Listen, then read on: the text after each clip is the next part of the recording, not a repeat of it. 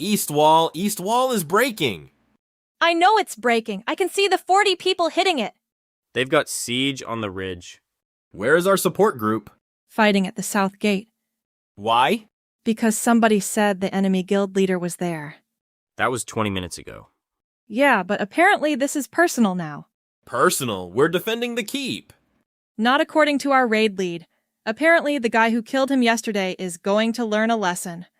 We are losing the entire fortress because one person got teabagged in a field? Not just teabagged. Oh, I'm sorry. Was there a banner involved? There was a clown emote. So, we're dying for a clown emote. Technically, we're dying for honor. No, we're dying because grown adults cannot survive a mildly disrespectful animation.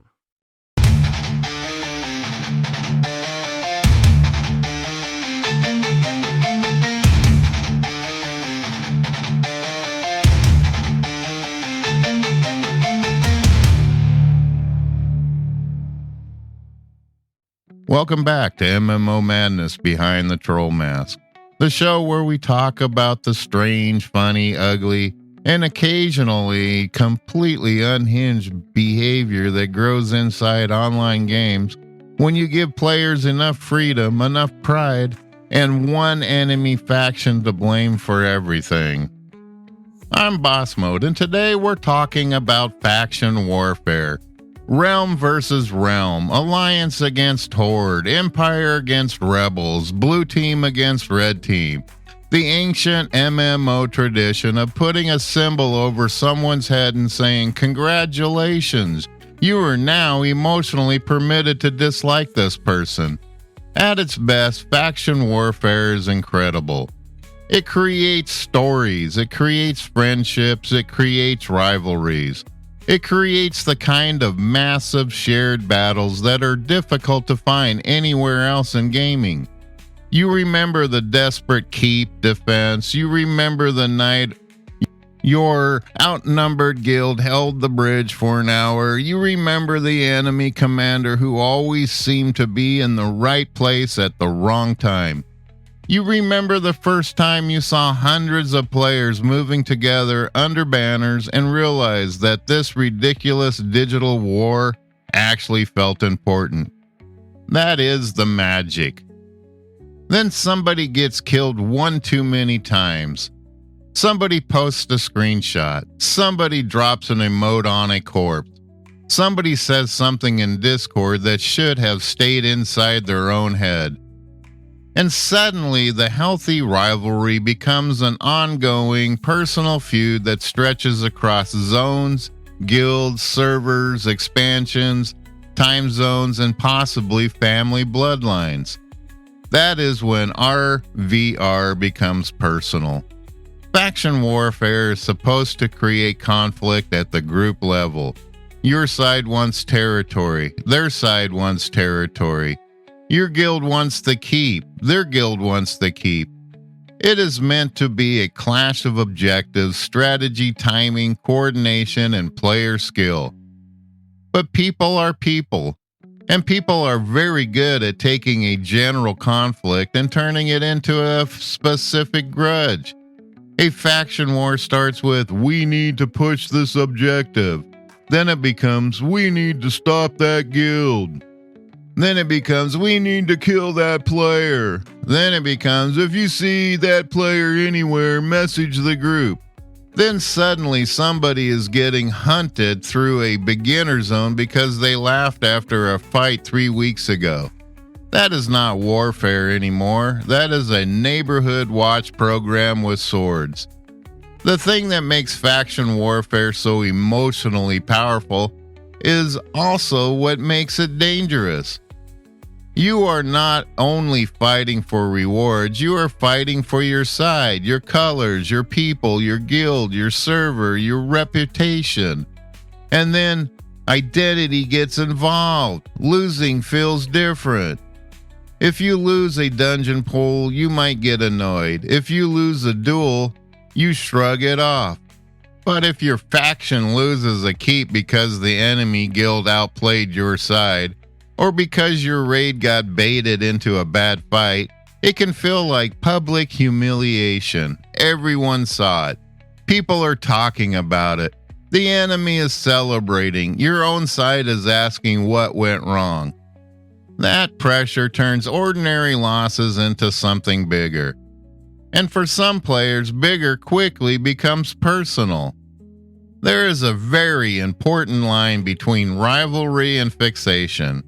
Rivalry is when you see a familiar enemy player and think, here we go. This should be good. Fixation is when you see their name log in and immediately stop whatever you're doing because the entire evening has now become about them. Rivalry says we beat them this time. Fixation says we need to make sure they cannot enjoy the game tonight. That distinction matters. Because open world PvP and RvR games are built around repeated conflict. You will fight the same people. You will recognize guild names. You will remember who ganked you, who defended the bridge, who ran away, who came back with friends, who trash talked, who actually earned your respect, and who seemed to appear from nowhere just to make your travel route miserable. That repeat contact is what makes the world feel alive. But it also creates memory. And memory is fuel. A player remembers getting killed. They remember a screenshot. They remember a taunt. They remember a joke made in general chat. They remember getting pushed out of a resource node, a siege group, or a raid slot. Maybe none of it is serious at the time. Maybe it was a small moment in a large battle. But in a player's mind, it becomes a file. Then someone opens that file later. And now we have a feud. The first kind of personal faction warfare is the revenge campaign. This usually begins with a player who feels embarrassed. Maybe they lost a fight they thought they should have won. Maybe they were outnumbered. Maybe the enemy posted the clip. Maybe someone teabagged them, danced on their corpse, used an emote, dropped a banner, or typed easy in chat. That tiny word has started more online conflict than most game systems ever will. Easy. The enemy says it after a fight. Maybe they mean it. Maybe they're joking. Maybe they are a 12-year-old with access to a keyboard and no adult supervision. It does not matter. The person on the other side sees it and feels the sting. Now they want a rematch. That is normal. Then they want another rematch. Still normal. Then they bring their guild. Now we're entering dangerous territory. Then they start tracking the other players' usual routes, groups, zones, and schedule. At that point, you're not seeking a rematch. You have created a side quest called I need this person to know I am still upset. And let's be honest, sometimes the revenge campaign works. Sometimes the hunted player gets caught, killed, or embarrassed. Sometimes the group gets their screenshot. Sometimes the enemy guild loses a keep because everyone became distracted by one target. But that is where the real cost shows up. Because every minute spent chasing a grudge is a minute not spent playing the larger game. Territories get lost, objectives get ignored, groups get split, newer players get dragged into somebody else's emotional mess. A whole faction starts making worse decisions because a few people decided their pride needed military funding. That is how you lose a fortress over a clown emote. Faction warfare has always had a strange relationship with honor. Players talk about honor constantly. They say they want fair fights. They say they respect good opponents. They say they want strong competition. Then they find somebody alone near a resource node and bring 12 people. Now look, I'm not here to pretend outnumbering someone is illegal in open PvP. The game gave you the allies. You used allies. That is not a crime. It is often smart. It is often funny. It is sometimes the entire point. But do not call it horrible warfare while you are chasing one player through 3 zones with a raid group and a siege weapon. That is not honor. That is a pest control with a Discord server. The hypocrisy gets even better when the group being targeted responds.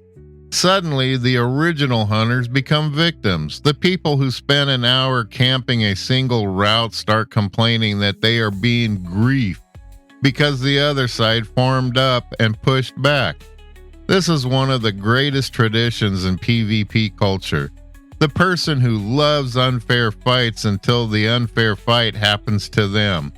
They will say, "Why did you need to bring too many people?" Brother, you were asking this while standing in a 20-person gank squad. Then they'll say, "They are ruining open world PvP." No, they are participating in the open world you were just enjoying when you had the numbers. The real issue is not fairness, it's control.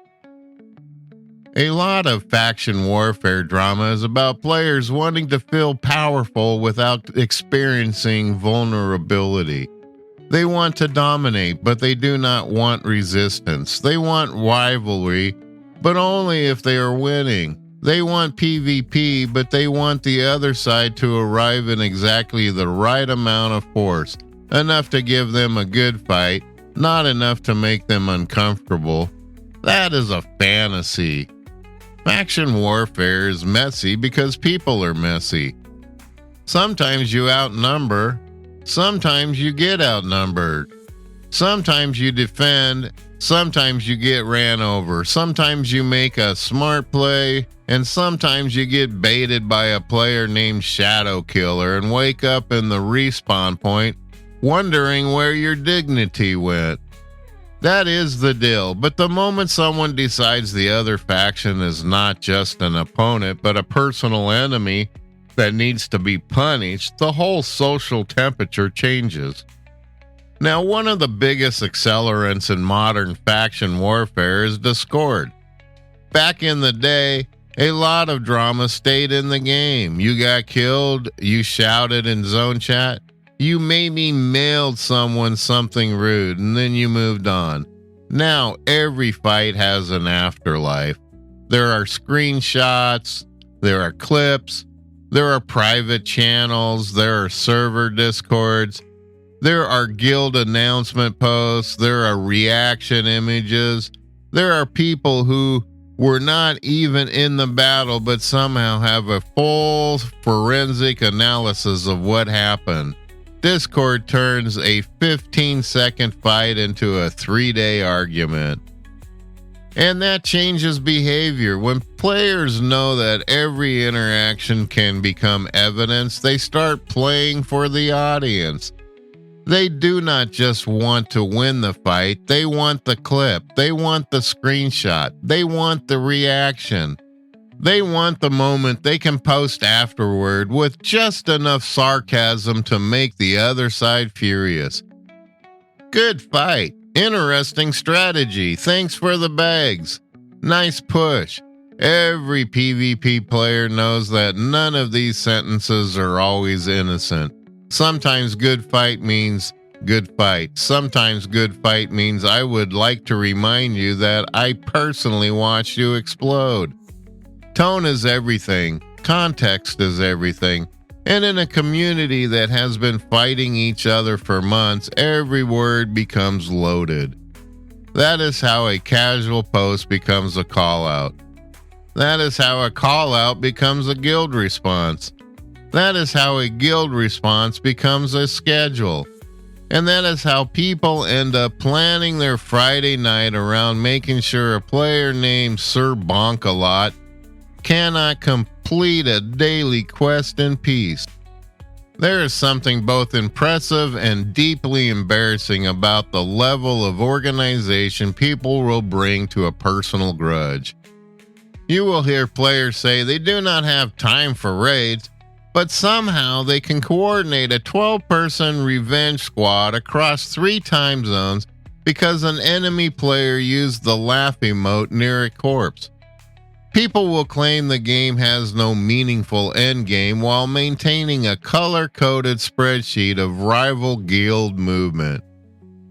There are players who cannot remember to pay their subscription on time, but can remember exactly when a rival guild usually begins its keep runs. That is commitment. Questionable commitment, but commitment. The guild level is where all of this gets even more dangerous because individual grudges can become inherited grudges. A guild leader gets into an argument with another guild leader. It could be over territory, it could be over loot, it could be over recruitment, it could be over a disputed kill. It could be over something so minor that neither side remembers the original issue by the next expansion. Does not matter. The guild is now at war, and everyone in the guild is expected to understand that this is serious. A new recruit joins and asks, why do we hate that guild? The answer is usually something like, they know what they did. Do they? Does anybody? Maybe someone does. Maybe there is a veteran officer with a folder of screenshots and a detailed timeline. Maybe the original offense was real. Maybe it was awful. Maybe the rival guild stole members, sabotaged an alliance, exploited a bug, broke a deal, or turned a friendly fight into a public humiliation. Or maybe one leader got kicked from a group in 2022 and has been writing the next chapter of the feud ever since. Either way, the new recruit is now a part of it. That is one of the strangest things about MMO faction politics. People can inherit enemies they have never met. They can be told who not to trust, who not to group with, who not to recruit, who not to help, and who needs to be attacked on sight. It becomes guild culture. And sometimes guild culture can be fun. A long-standing rivalry can create energy. It can create events. It can make battles feel important. There is nothing wrong with knowing that a familiar enemy guild is on the field and thinking, all right, let's get this to be a real fight. But it goes wrong when leadership ego becomes group policy. That is when people stop fighting for the faction and start fighting for someone else's insecurity. A good guild leader says, we have rivals, but do not be cruel. A bad guild leader says, if you see them, ruin their night. A good leader encourages competition. A bad leader turns every loss into a personal insult. A good leader builds people up after defeat. A bad leader starts naming scapegoats and demanding revenge. And that kind of leadership drains a community fast because not everyone wants to be drafted into an emotional war. Some players joined to do PvP. They wanted battles. They wanted objectives. They wanted the thrill of winning a keep, defending a bridge, or pushing an enemy back from a resource. They did not sign up to become foot soldiers in a personal grudge that started because two officers could not handle an argument in voice chat. This is where the targeted player experience matters. It is easy to laugh at the revenge squads in the faction drama from the outside, and sometimes it is funny. Sometimes you really do have to laugh at a group of adults treating a virtual hilltop like a sacred ancestral homeland. But being targeted repeatedly can make a game miserable. There is a difference between losing fights and losing access to the game. If somebody gets killed in open world PvP, that is a part of the system. If someone is singled out over and over again across zones and activities with groups organizing specifically around them, that starts to become something else. Especially when the targeted player cannot reasonably respond. Maybe they're solo. Maybe they're newer. Maybe they do not have a large guild.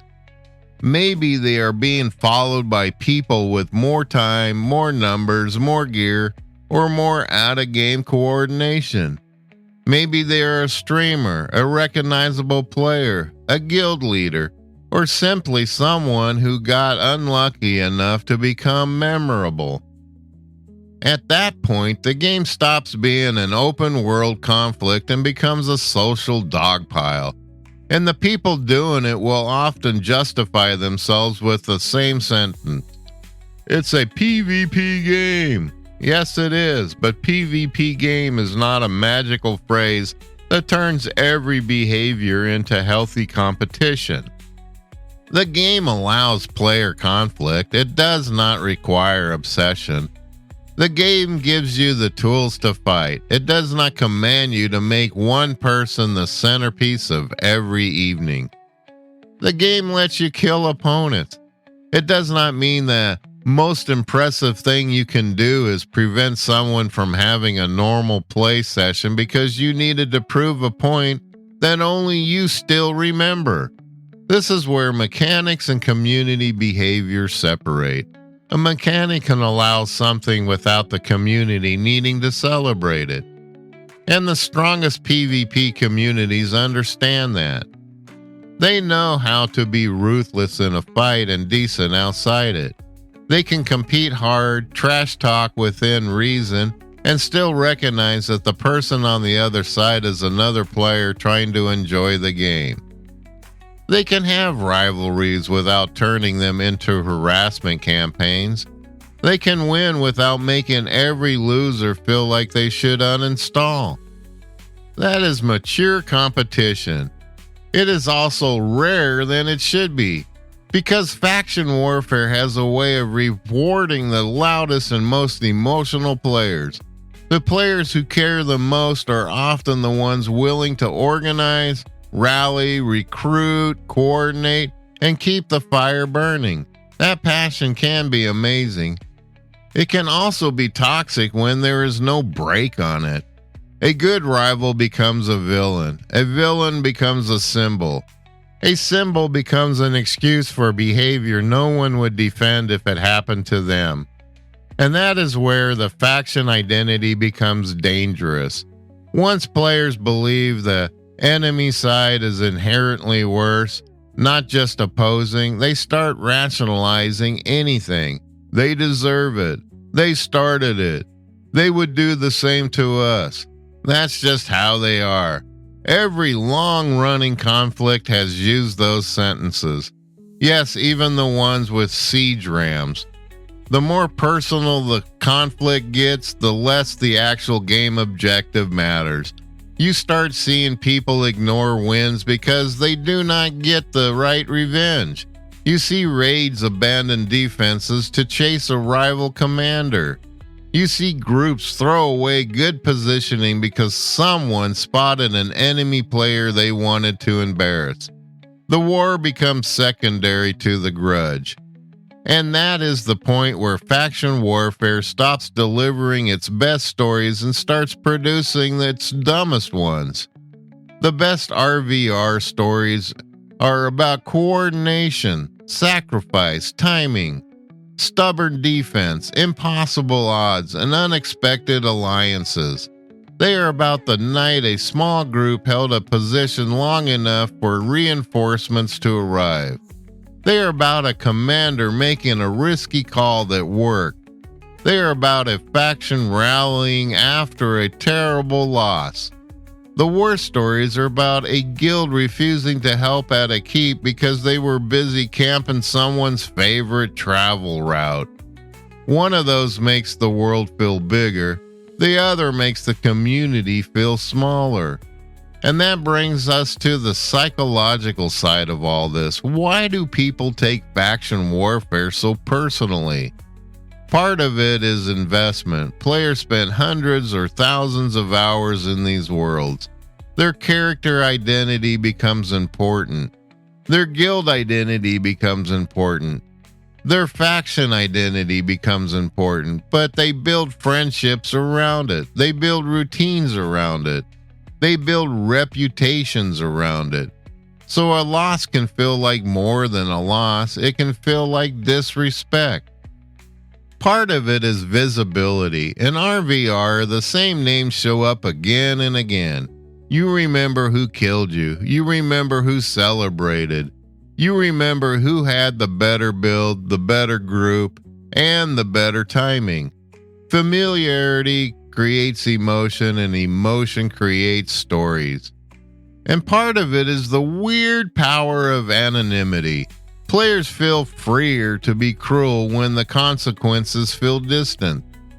They can say things they would never say face to face. They can treat a rival as an enemy because all they see is a nameplate, a faction color, and an obstacle between them and a reward. But those players are real people. The guilds are made of real people. The community remembers. That is why reputation matters so much in faction warfare. You can become known for skill, leadership, consistency, humor, and good sportsmanship. Or you can become known as the player who made every fight weirdly personal and then acted shocked when nobody wanted to group with them later. Your faction might change, your guild might change, your server might merge, but people remember how you made them feel. That is the real cross-realm reputation system. So, what does healthy faction warfare look like? It looks like competition with boundaries. It looks like players who can fight hard without treating every loss as an insult. It looks like guild leaders who can motivate people without turning them into a revenge army. It looks like groups that can enjoy a gank, a win, a kill, a defense, or a raid wipe without needing to humiliate someone afterwards. It looks like the ability to say, "That was rough, they got us, we'll get them next time." That sentence has saved more communities than any balance patch. It also means knowing when to stop, knowing when the joke has gone too far, knowing when repeated targeting is no longer funny, knowing when someone is not participating in a rivalry but trying to escape it. The enemy faction should make the game exciting. They should not make it feel unsafe, exhausting, or impossible to enjoy. Because the minute players start leaving, not because they lost, but because they are tired of being hunted by people who cannot separate competition from personal resentment, everybody loses. The faction loses players, the server loses energy, the rival guild loses meaningful opponents, and eventually the war becomes empty. There is nothing sadder in an MMO than a battlefield full of old grudges and nobody left who cares enough to fight them. That is how personal faction warfare kills the thing it claims to love. So here is the boss mode reality check. If you beat someone in PvP, congratulations, you won. If you beat them again, congratulations, you won again. If you organize your guild to follow them across the map for an entire night because they used an emote after one fight, you did not become a legendary rival. You became a person who needs to log off and drink water. If your guild keeps losing, learn from it. If your group gets wiped, regroup. And if an enemy player outplays you, respect it. If they are truly toxic, document it. Report what crosses the line. And do not let them turn your entire community into a mirror of that behavior. You do not need to win every interaction. You do not need to have the last word. You definitely do not need 12 people, 2 siege engines, and a Discord announcement to prove you are emotionally stable. Faction warfare is supposed to make the world feel alive. It is supposed to give players stories they will remember. It is supposed to turn a map into a battlefield and strangers into allies. Do not turn it into a personal diary with catapults. Send your comments, questions, rival guild stories, RvR horror stories, revenge campaign disasters, and tales of the pettiest faction feud you have ever seen to podcast@mmomadness.com. I want the screenshots. I want the stories about one emote that started a server-wide war. I want the details on the guild leader who sacrificed an entire fortress because somebody laughed near their corpse. And remember, fighting for your faction is normal. Building a personal revenge empire because someone killed you near a mailbox is how you become the content.